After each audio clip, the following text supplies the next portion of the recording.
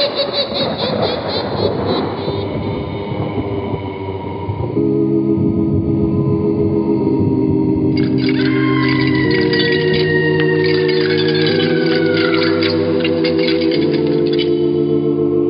Mysterious Old Radio Listening Society podcast.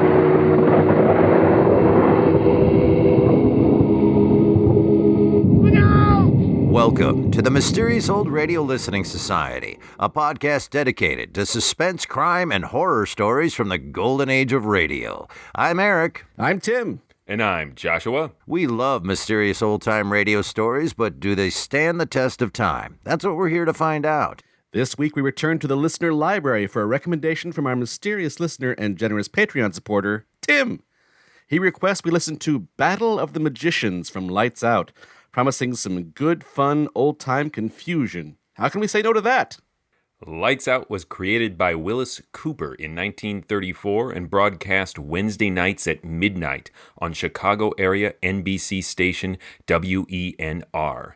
At the time, Cooper was also the station's continuity chief, a full-time job in and of itself. The workload proved too much for Cooper, and in January of 1935, the station canceled Lights Out. WENR was deluged with letters from listeners demanding more Lights Out. Cooper and WENR obliged. The show's popularity led NBC to broadcast it nationally, beginning in April of 1935. Cooper stepped down as continuity chief to concentrate on writing.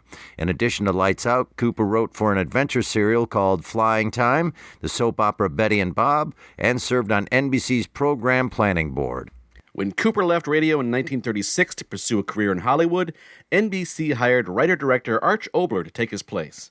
Over the course of the next 2 years, Oboler wrote more than 100 scripts for Lights Out, many of them considered classics of the medium. In 1938, Oboler departed the series to focus on his many other radio endeavors, including Arch Oboler's plays, Everyman's Theater, and Plays for Americans. Unlike Cooper, Arch Oboler returned to Lights Out many times during his career, usually when he needed some easy money. This is fortunate for fans because most of the surviving copies of the program come from these short-lived revival series from the mid to late 1940s. What's more, the later iterations of Lights Out also resurrected a number of Wyllis Cooper's lost early scripts for the series, including the play you're about to hear, Battle of the Magicians, originally broadcast as part of an NBC summer series, July 20th, 1946. It's late at night, and a chill has set in. You're alone, and the only light you see is coming from an antique radio. Listen to the sounds coming from the speaker. Listen to the music, and listen to the voices. The National Broadcasting Company presents Lights Out, a summer revival of some of the best stories in the series which many of our listeners will remember. Tonight's story, the fourth in the current series, is called The Battle of the Magicians. Lights out, everybody.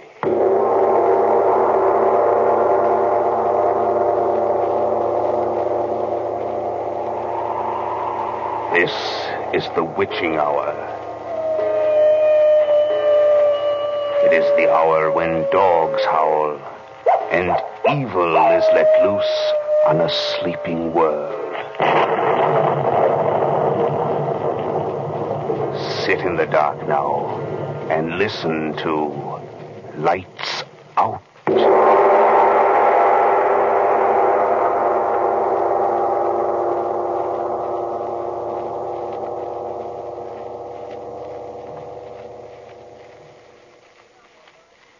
But, Mr. Saladin, is it true? True? What makes the thing true, Irene? Because you believe in it? Or because a million others believe in it? Or, I can tell you this. The Penal Code of Haiti contains a section promising death to any who create zombies. And if the sober lawmakers of the country believe enough of it to put it into their books of law, well then... But it's impossible to raise the dead, Mr. Saladin. Impossible? I wonder. The folklore of every country is full of tales of bringing the dead back to life, bringing them back to serve the living. There are tales of vampires, ghosts, werewolves. But they're superstitions. Surely you don't... Who am I, my dear Irene, to say where truth ends and superstition begins? I'd like to know some more about zombies. I've told you all that is known of them. How they are living, yet not living, dead. How they are summoned from the grave by the black magic of some sorcerer. How they must do his bidding until he wearies of them. But must these poor dead people... Well, I mean, isn't there ever any rest for them? Can't they... Can they not die again? Yes, there is a way. Zombies eat, you know, even as human beings do. But only when they are fed. They will not seek food for themselves. And if they eat salt, if anything containing salt so much as passes a zombie's lips, then he must return forthwith to his grave. Oh, but Mr. Saladin... That's the tale, Irene. I do not make it up. But... Look you, these creatures of the darkness, these unholy beings of superstition, they must obey laws. Nature has its laws, so there are laws of the supernatural. Immutable laws that all its creatures must obey, even as we creatures of nature must obey ours. You speak of superstition. But superstition is just belief. Ah, it is so. But we have been taught only in recent years to believe in certain things that science has learned. The germ theory of disease, for example. But that's true, Mr. Saladin. Perhaps, yes. I do not deny it. There's ample proof. There's also ample proof of the existence of supernatural beings, if one will take the trouble to look for it. Not proof. Proof indeed. But, it appears we have a visitor, Irene. Yes, sir. I'll see who it is, Mr. Saladin.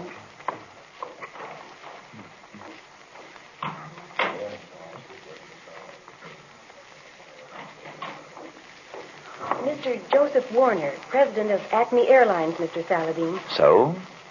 Show him in then, please. Yes, sir. Mr. Saladin will see you, Mr. Warner. Thank you. Good morning to you, Mr. Warner. You're Saladin? Saladin, yes. You're some kind of detective. Some people have been, shall I say, kind enough to describe me as an investigator. I hear that you're good. Thank you. Won't you sit down? And so you have come to consult me about the recent wrecks of your airplanes, Mr. Warner. How did you... Oh, yes, the newspapers, of course. Well, that's right, Mr. Saladin. So? You read about that one yesterday? Yes. 14 killed, including the crew of 3. Absolutely no explanation for it. Except what you know, Mr. Warner. Well, what? I said except what you know about it. What do you mean You by... would not have come to me, Mr. Warner, unless... Well, suppose you explain. I'd like to know how you knew that. It is my business, sir. Yes, Irene? The window washer, Mr. Saladin. Can he come through your office? Very well. One moment, Mr. Warner. Excuse it, please. I got to get the windows washed. That is a job I would not like very well, I'm afraid, Mr. Warner. But to your business. You, received a warning, Yes, I received... How did you know that? I have some knowledge of the ways in which Dr. Ehrlich works, Mr. Warner. Ehrlich. That's the name. I was rather certain. You may read the letter. It was a letter, I assume. Yes. There were 2 of them. The first one a week ago. It said, this Dr. Ehrlich had need of $100,000, and the letter warned if I didn't come across, one of our ships would be wrecked. And you assumed this was, what does one say, a crank letter, and did nothing about it. That's right. We get a lot of fool letters. And because you took that attitude, 14 people are dead. Horribly dead. Yes. You said there were 2 letters. Yes. Here's the other one. Today, the tornado. Take warning. And Ehrlich's signature. The tornado was the name of the airplane that crashed. Yes, John Elliott was piloting it. The oldest, safest pilot on the line. I can't understand it. I can, Mr. Warner. You can. Tell me, when did you receive this letter? Not 5 minutes before the flash came that the tornado had crashed. He timed it very well. Yes, Did you make any effort to trace this letter? No, well, there was so much excitement around the office, Of course. And so what do you wish me to do? I haven't given this to the police, Mr. Saladin. The publicity, you know. People would think it's easy to smash one of our airliners. You understand? Yes. You wish me to find Ehrlich, to... What you do with him, Mr. Saladin, is no concern of mine, provided no more such things occur. Mr. Warner, I know Ehrlich of old. His life is forfeit 1,000 times over. But you yourselves have an old proverb. First catch your rabbit. You catch him, Saladin. It'll be worth your while. Yes. Yes, it will be very much worth my while, my friend. Can you get to work at once, Mr. Saladin? You can understand we're upset. I understand. I promise nothing, Mr. Warner, except that I will try. No man may do more. Oh, that's all that I can ask. You'll go after him, then? It is agreed. Good. You, have a cigar? What's this? Let me see that. Let me see it. How the devil did that get in my pocket? Ha. Read it yourself, Mr. Warner. Oh, yes. You have been very foolish to go to Saladin. Now your fate is sealed. I will destroy your airplanes one by one. And when the time comes, yourself. I have fought with Saladin before, as he well knows. This time is the last, Ehrlich. So, my friend, you have brought upon yourself. He knows. How could he? Down on the floor, quick!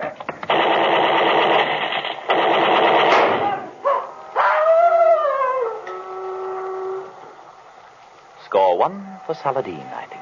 But what Our was... delightful friend, the window washer. I just caught sight of... Let us see what has happened. Good Lord, Saladin, do you think that he... A crowd gathers in the street below. Morbid gazers on sudden death.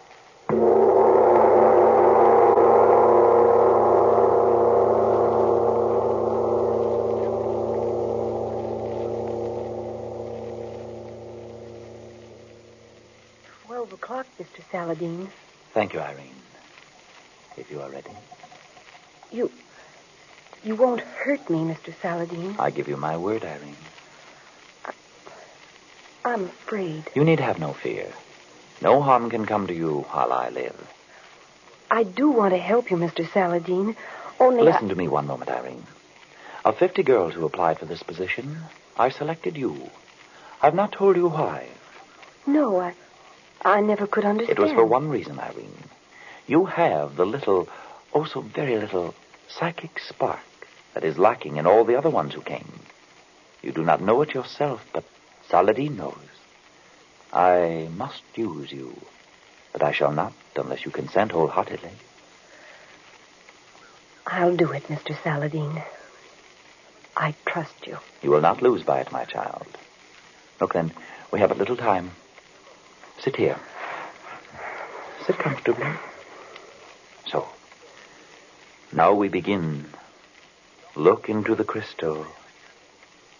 Look deep into it, my child. Say over and over to yourself, Ehrlich, Ehrlich, Ehrlich, Ehrlich, Ehrlich.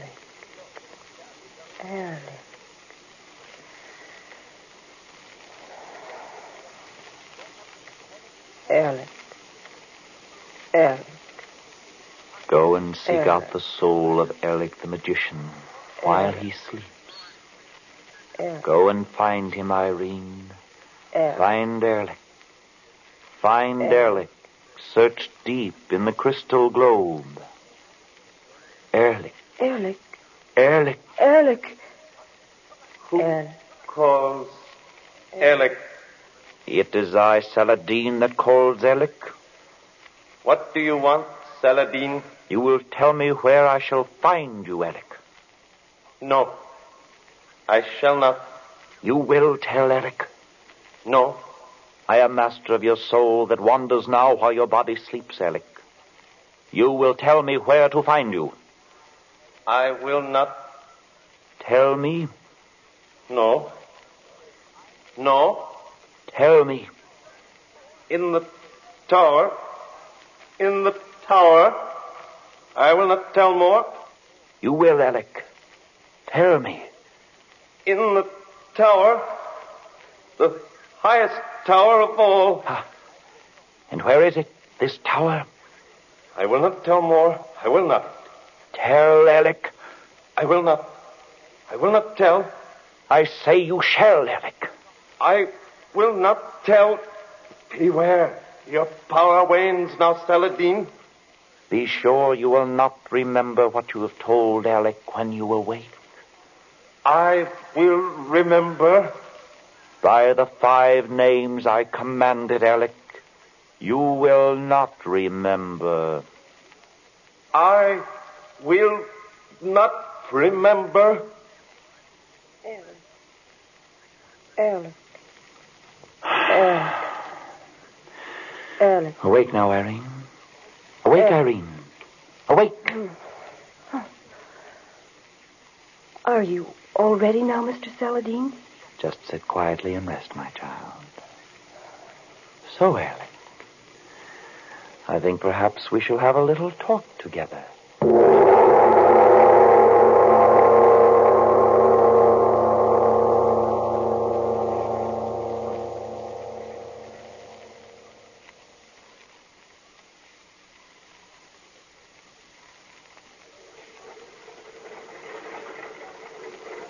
Hello, LeBlanc in trip 5.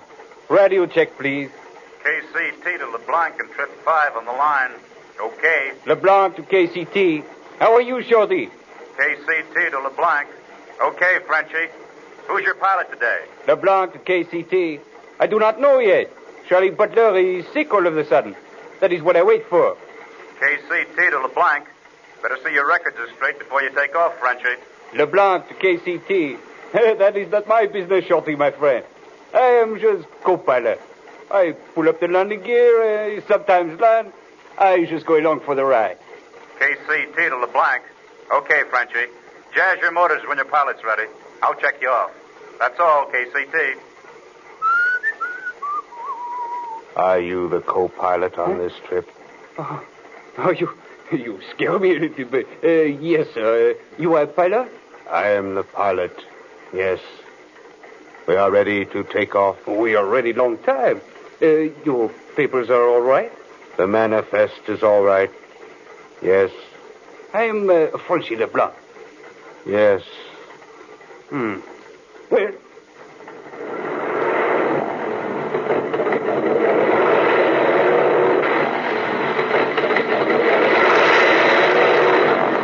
KCT to LeBlanc on the line. Okay to take off. Ceiling unlimited. Visibility unlimited. Temperature 44. Dew point 28. Barometer 29-90. Okay to take off. KCT to LeBlanc. Bye. LeBlanc to KCT. Merci, Shorty. I see you Thursday. LeBlanc to KCT. Bye. Happy landings, Frenchie.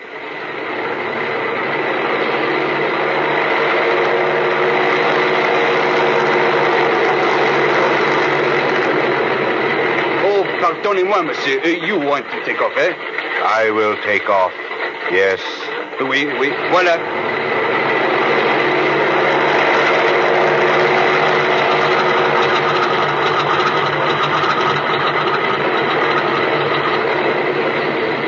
Up gear. Up gear, sir. You have checked everything, LeBlanc. Oui, I have checked everything. We are all right. Just long buggy ride. 10 passengers, mail, express. Right. How you like this plane, eh? All right. Excuse me, I do not think I catch your name, please. My name is Ott. Edward Ott. I am pleased to meet you, Monsieur Ott. You know what? I think I remember that name. There was a pilot named Ott that died 2 weeks ago on east end of the line. Is that so? Oui, it is so. He is a relative of you, Monsieur Ott? No, he is not relative. So? You like me to fly her a little while? No. I am pilot of this ship. I will do the flying. Ça va, monsieur.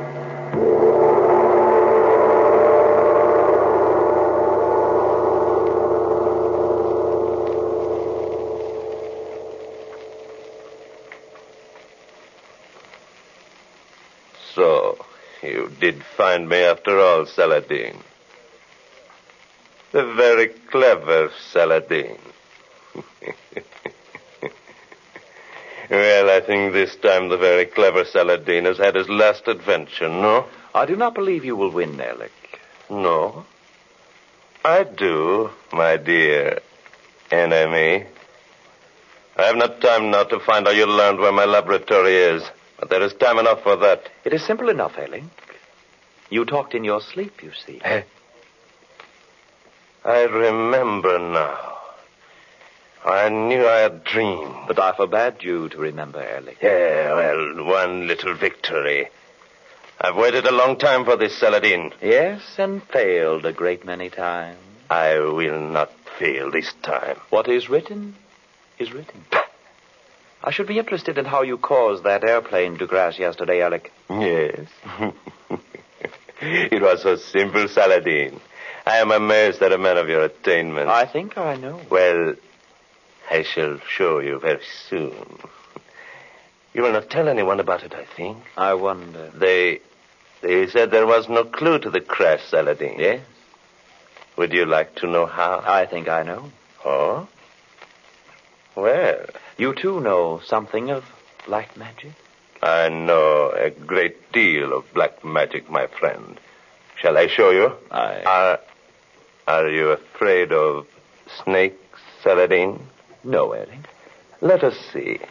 This bit of paper. Twist it. So. And you see it is but paper, Saladin. But now, look at it.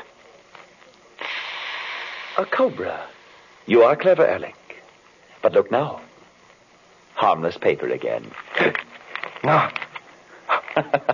I am not entirely powerless, Ehrlich, even though my hands are bound. How did you? I thought that only one man in the world. Perhaps I am the man, Ehrlich. Look at the paper closely again. I fear I underestimate. You see? It really is the snake, Ehrlich. Curse you! I'll have your heart for that. Perhaps. But perhaps you had better get to your zombies again. Zombies? How did you know? It is possible that I read your mind, Ehrlich. So. Well, you have guessed it. I told that fool Warner that I would smash every one of his planes. Now, even now, he is about to lose another. So? And how do you propose to do it, may I ask? Read my mind, Saladin. You challenge me? Yes. Very well, then. I read this. A living dead man is at the controls of the ship you intend to destroy. I do not know how you propose to control him. Radio. So he is to crash the ship full of passengers near an airport where all can see. I wonder... Saladin, until now I have regarded you as a meddler. A man foolishly staking his life against great odds. I am not so sure of the odds now. Saladin, you and I... No, Ehrlich. Between you and me, there can be nothing but enmity. We are set apart to fight one another forever. Between us, we could rule the world. Tomorrow, Saladin. No, between us, there is always war. Well, so be it, then. But look for no mercy from me. I will kill you as I would a rat, Saladin. Agreed, if you can. LeBlanc and Trape 5. LeBlanc and Trape 5. To Chicago. Special weather report, please.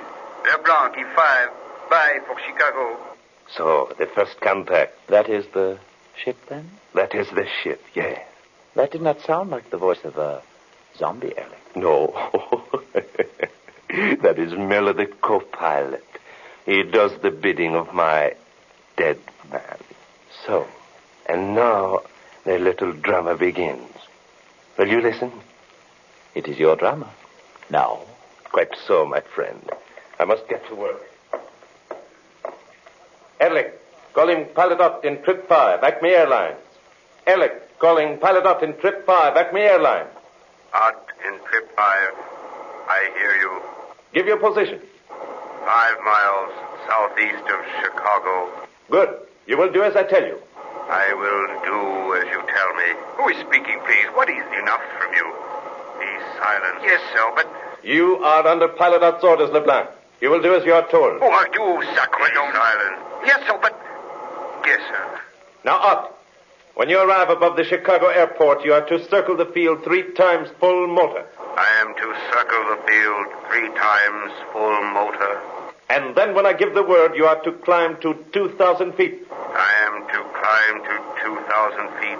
And then I will tell you when. You will tell me when. And you will dive the ship full motor into the ground in the center of the field. I will dive the ship full motor into the center of the field.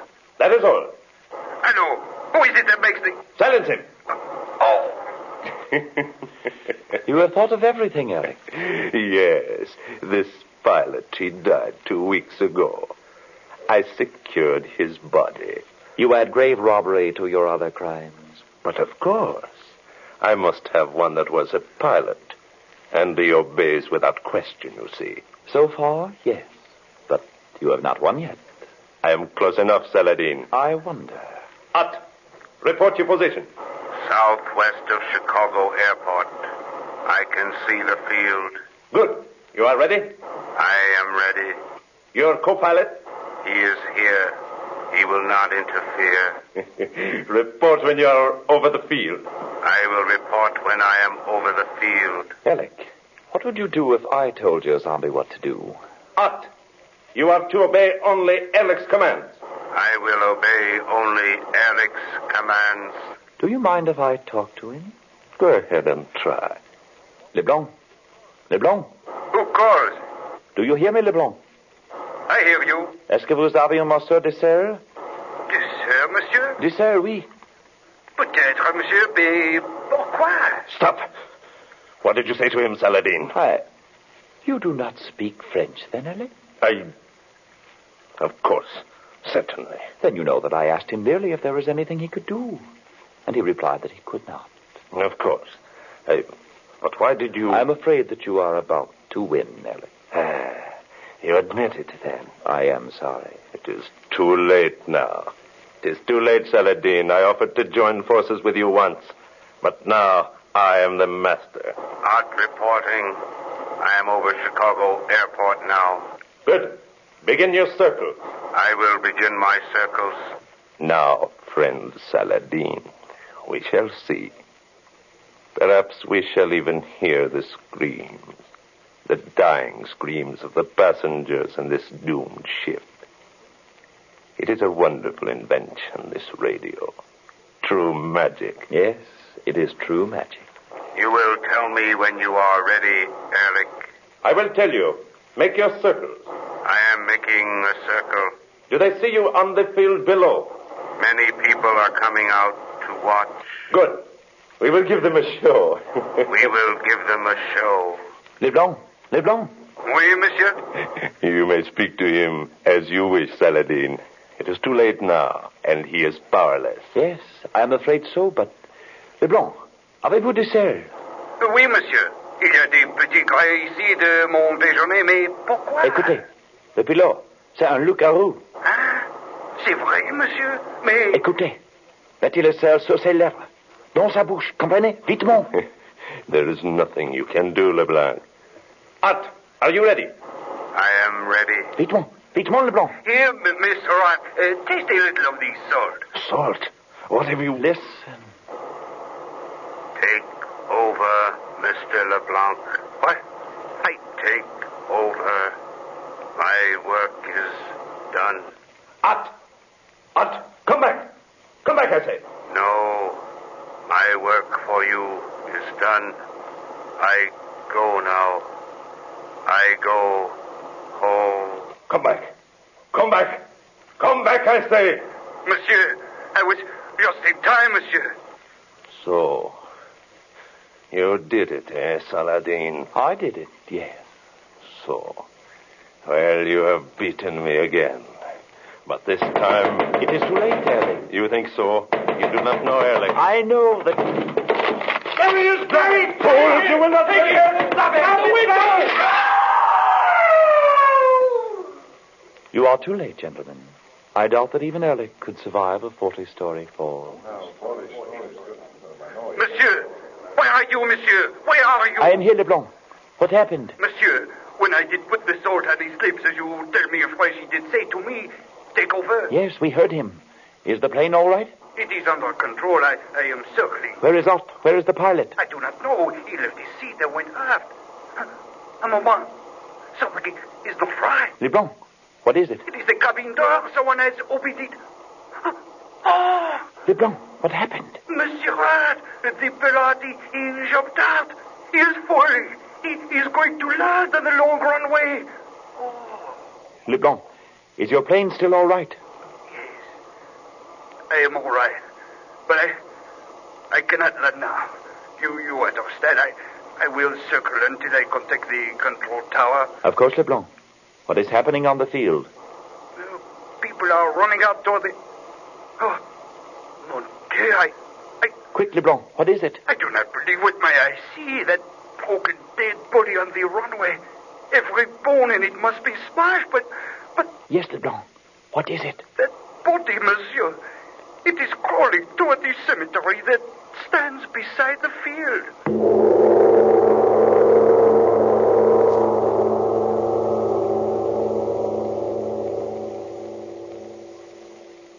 All right. You can turn them on now. You have just heard Lights Out. This was the fourth in the series of revivals of the best stories of this famous series.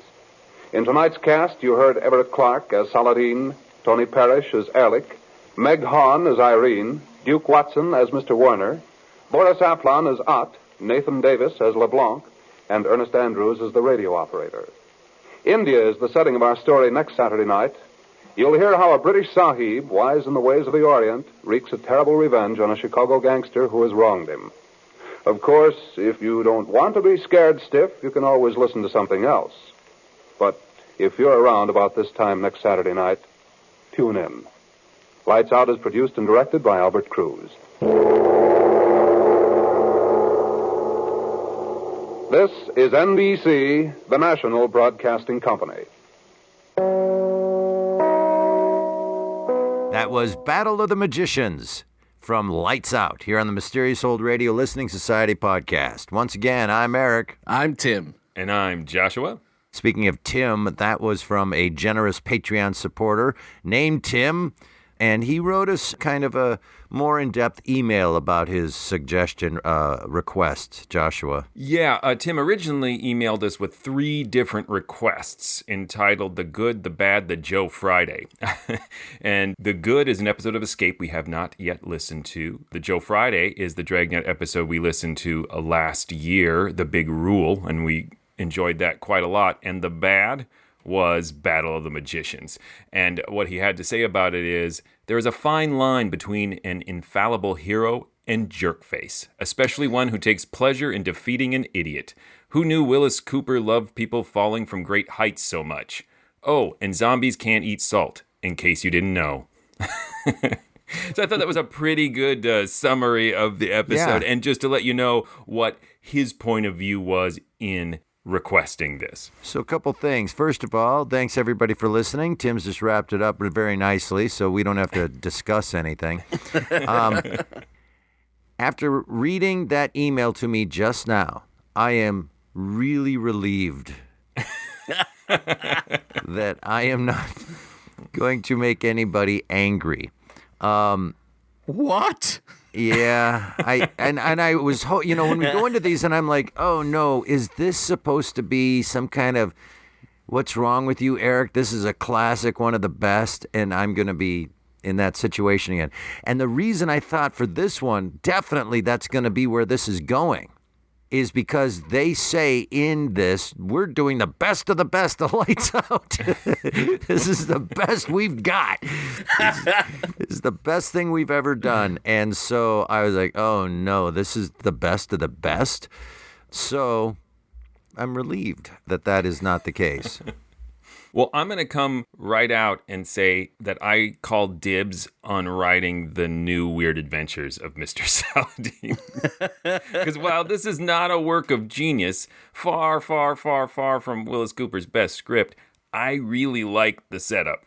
I really like the strange magician. I actually like quite a number of scenes, and then it all goes completely off the rails. I mean, This is honestly the very best episode of dark fantasy I've ever heard. So that's great that you just said that, because that's what my notes were going into this of. There are so many things about this premise that I like. And so to be nice, what I wrote down was, there's not enough information. There's not enough backstory. There's not enough things to make this work. Do you get payoffs from the backstory company? 'Cause, like, every single episode needs more backstory from you. Are you a shill? Yeah, that's kind of like, that pig wallowing in the mud. Why is that pig wallowing in the mud? Well, let me prove it this time. All right. Do we know why Ehrlich, I think his name is, wanted to get the airline company so bad? No. Do we know? Yes, we do. He's getting them for money. He wants, I think, $10,000, or else he will crash one of their planes. Okay. Second, we don't know the relationship between these two magicians, their past, and so it's impossible to root for or against anybody or have any investment in their conflict because we don't know their past. We don't have that history and that setup. I think it suggests that setup really well. I think that's one of the strong things it does. It taps into that Holmes and Moriarty trope. Mortal enemies who've been fighting for possibly thousands of years. I'm sure they've been reincarnated over and over again. I guess what I'm saying is backstory is the least of this script's weaknesses. But it makes it really hard to care about what's happening when I don't have any investment in the history between these two guys. I think it would be really hard to have Holmes and Moriarty, for example.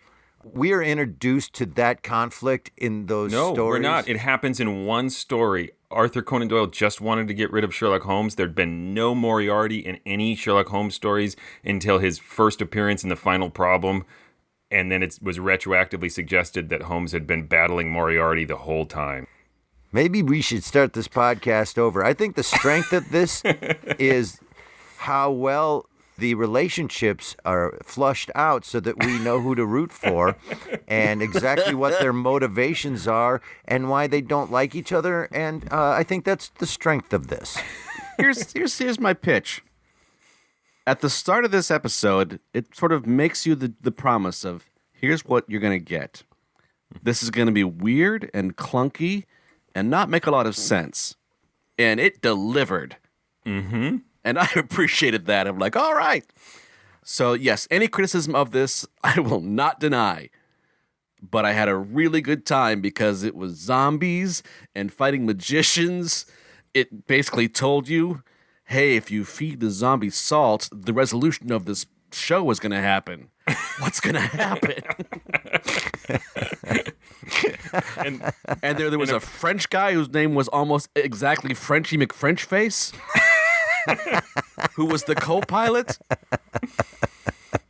And that was important too, because this dark master of the arcane, Dr. Ehrlich, does not speak French and is too embarrassed to admit it. That's my favorite part is when Saladin's like, I was just speaking French. I assume you understood it. And he's like, oh, yes. Also for that, I was like, yay, my 3 years of high school friendship put me ahead of this guy. I know what's going on. It would have been a little stronger if it had been like Mandarin or Sanskrit. That sounds like a lot of work. A little bit of a stretch than French.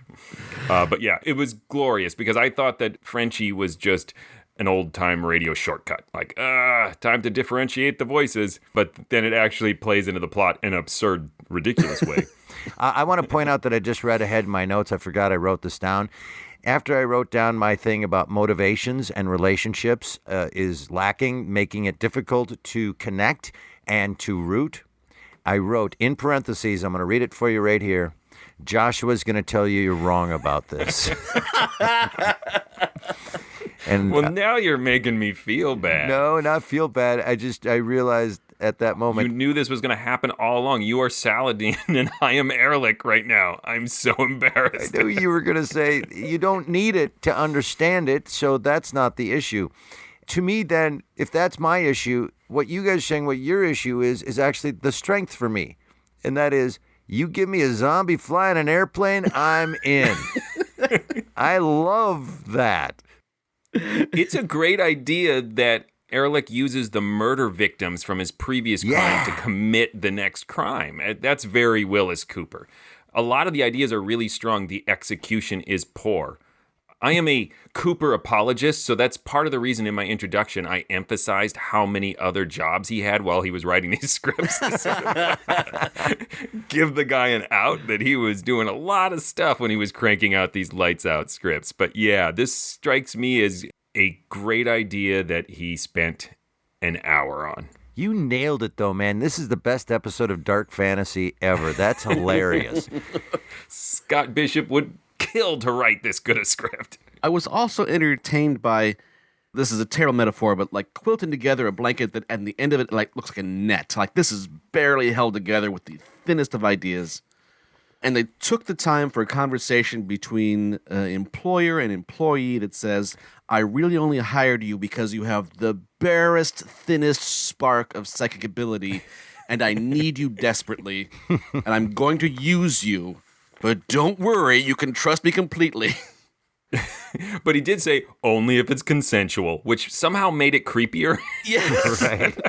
Right. Like, that still probably wouldn't fly with HR, Magic Guy.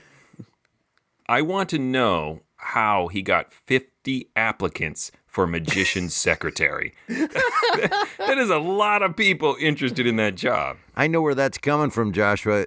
At the place where you work, where you can't get anybody to come in and work. I can't. I'm going to change the job description to magician's secretary. You should. And then they show up and be like, okay, so you're stocking shelves with cheese, but it's magical. I'll be like, Tim, you already work here. You can't apply for magician's secretary. But I have the barest spark of psychic ability. But at the same time, I want to point out that that's a great idea. Yeah. The Machiavellian magician who has done everything ahead of time to set all the pieces in motion if it were better executed. Right. There's also the great scene of exposition at the top that just gets out, like Tim already said, just everything you're going to need to know what's going to happen in this story. And at one point, I think she actually says, I'd really like to know more about zombies. Like it's a zombie infomercial. Are you having a hard time with your zombies? See, someone explained to me, though, that scene. He hypnotizes her to contact the guy while he's sleeping, right? It was like he needed her to connect the phone line so that he could talk to the unconscious guy. Uh-huh. So there was like a open parentheses, you find him, he talks to him, and then like, you won't remember this. I will remember this. You won't remember this. I will remember this. You won't remember this. I won't remember this. Like a lovely little comedy bit. That went on way too long. And then they had to come back to her and close parenthesis, connection is severed. I don't understand how she was the conduit to do that. Because she has apparently psychic abilities that he lacks, and so he hired her to use her like a piece of psychic garbage. I really took the subtext there to be, I'm going to tell you have the tiny little spark of psychic ability, knowing full well you are a powerful psychic who could destroy us all with your mind. Right. So I'm going to make sure you just stay a secretary. Oh, that next script is just writing itself here, fellas. We're almost done. Yeah, there is a lot of spin-offs and directions to go with this as just a regular serial of, what's his name again? Sardini? Saladin. Saladin, or as the guy calls him, Saladin. Why put that in there? Why mispronounce his name? Mr. Saladin? It's Saladin. Okay, so anyway. We often do that in this podcast where we don't ahead of time agree how we're going to pronounce names or anything, so I can't be too hard on that. Also, all these little bits in it that I love, even though that collectively they're terrible. But the zombie, when he does eat the salt, like, nope, I'm done. Like, it's that attitude. Like, bye. I'm going home, and I need a glass of water. Salt. Yeah. And the French co-pilot was just carrying salt on his person? I just figured out why he's French. You need a French guy because they're always carrying around salt, those French. You never know when some terrible American food's going to show up and you have to salt it. I bet it was the salt at the bottom of one of those little bags of airline peanuts that they pass out. I totally thought that was what it was going to be. You just hear the Foley of that wrapper shaking. Rip. It just didn't want Saladin to say in French, rub the nuts against his face.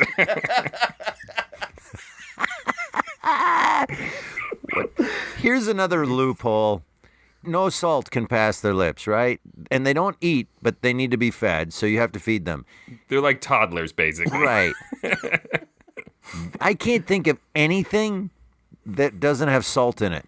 Most things have a degree of salt in it, and I don't mean just stuff we make. Like, think about that. Give them a carrot. That probably has salt in it. It's probably added salt. Oh, I see.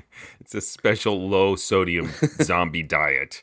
I mean, I think salt was picked because it has so much symbolism attached to it. Yeah. Like every religion in the world has some significance to salt, and then it also has this kind of bad luck connotation into it. It just seemed like the perfect generic way to ward something off with salt. That's another thing. I'm delighted by that idea that zombies will not feed themselves, but will eat if given food. Like they're standing at a buffet just awkwardly waiting for someone to invite them. Sure smells good. Yeah. But they can't dish their own up either. You got to go through the buffet and put it on a plate and then hand it to them.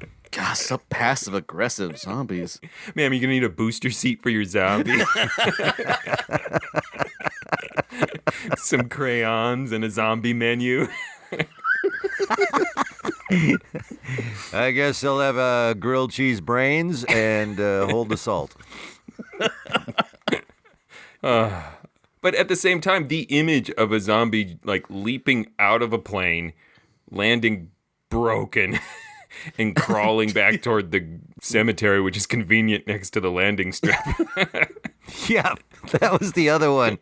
In case there's a crash, that just makes things much easier. You just roll the bodies right over. That's where the last crash was. Just bury them right there. Yeah, it's the last thing you want to see as you're coming in for a landing. Is that a graveyard? Does that graveyard say, "Welcome to Minneapolis"?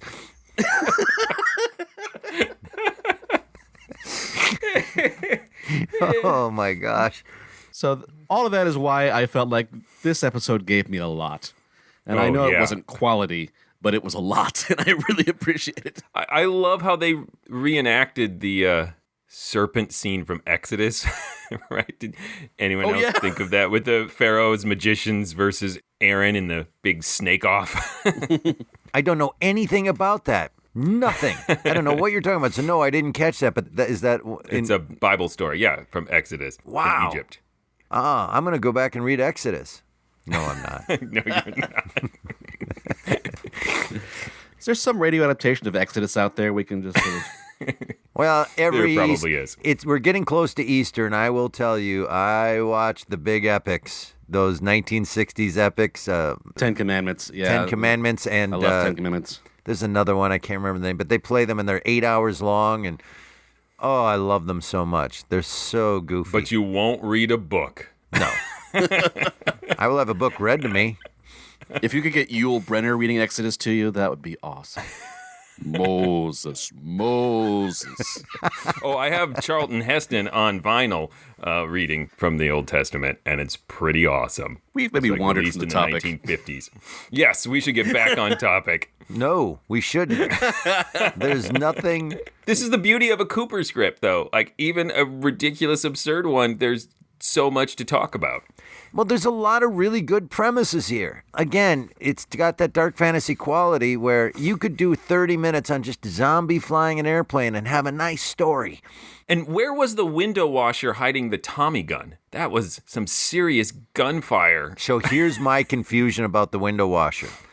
When he came in, it's pretty obvious that's going to mean something. There's no reason to bring him in here. Yep. When the gunfire happens, I was like, what's going on? I had forgotten about the window washer, and I went, oh, cool, right. He's there to kill them. Got it.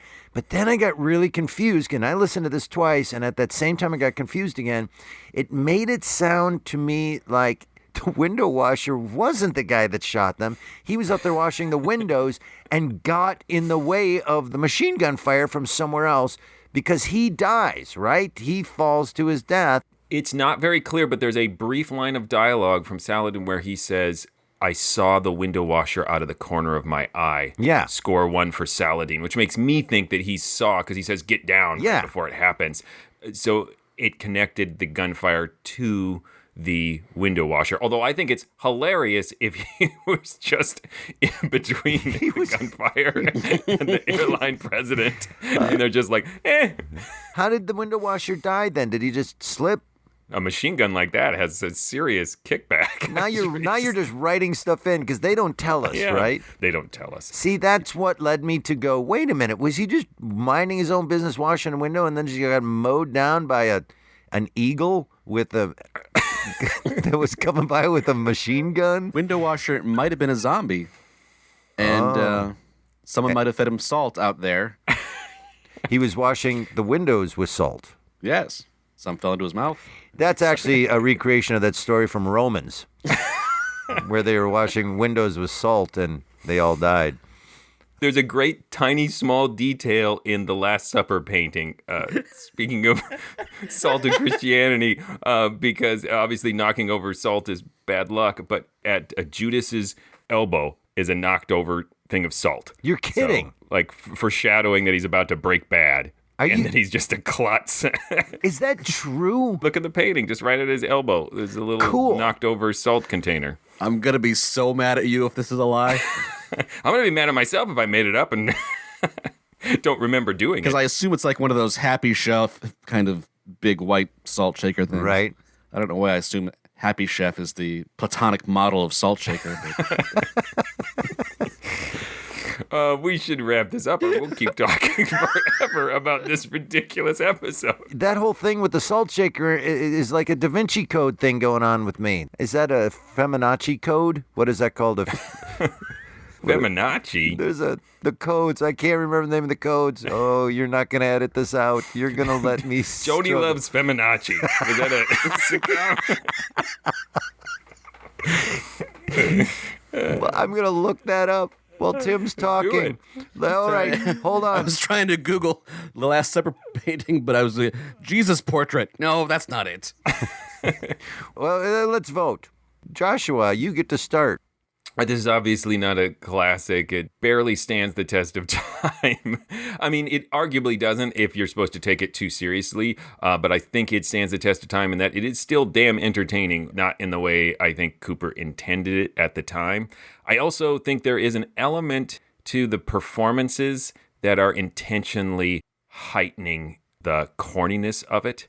I've heard other episodes from this revival run. We've heard them. The Signalman one is from here. And the acting styles used in this script are very different. I wonder if the actors themselves are trying to channel the 1930s style of over-the-top horror acting, like Witch's Tale type performances. Because this script, by the time it's being done in 1946, is over 10 years old.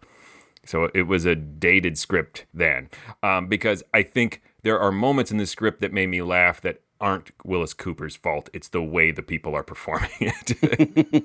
But I'll stop apologizing for Wyllis Cooper and just say, not a classic, doesn't stand the test of time. I thoroughly enjoyed it. I've listened to this maybe 5 times now since I first discovered it, and it delights me every time.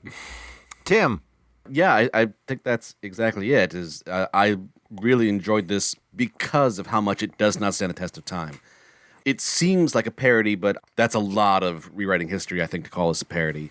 It's not. Yeah. It's not. Even in his worst stuff, Wyllis Cooper can't help but create compelling ideas, even if it's not well put together. Like, every beat of this is stuck in my head now in a way that delights me.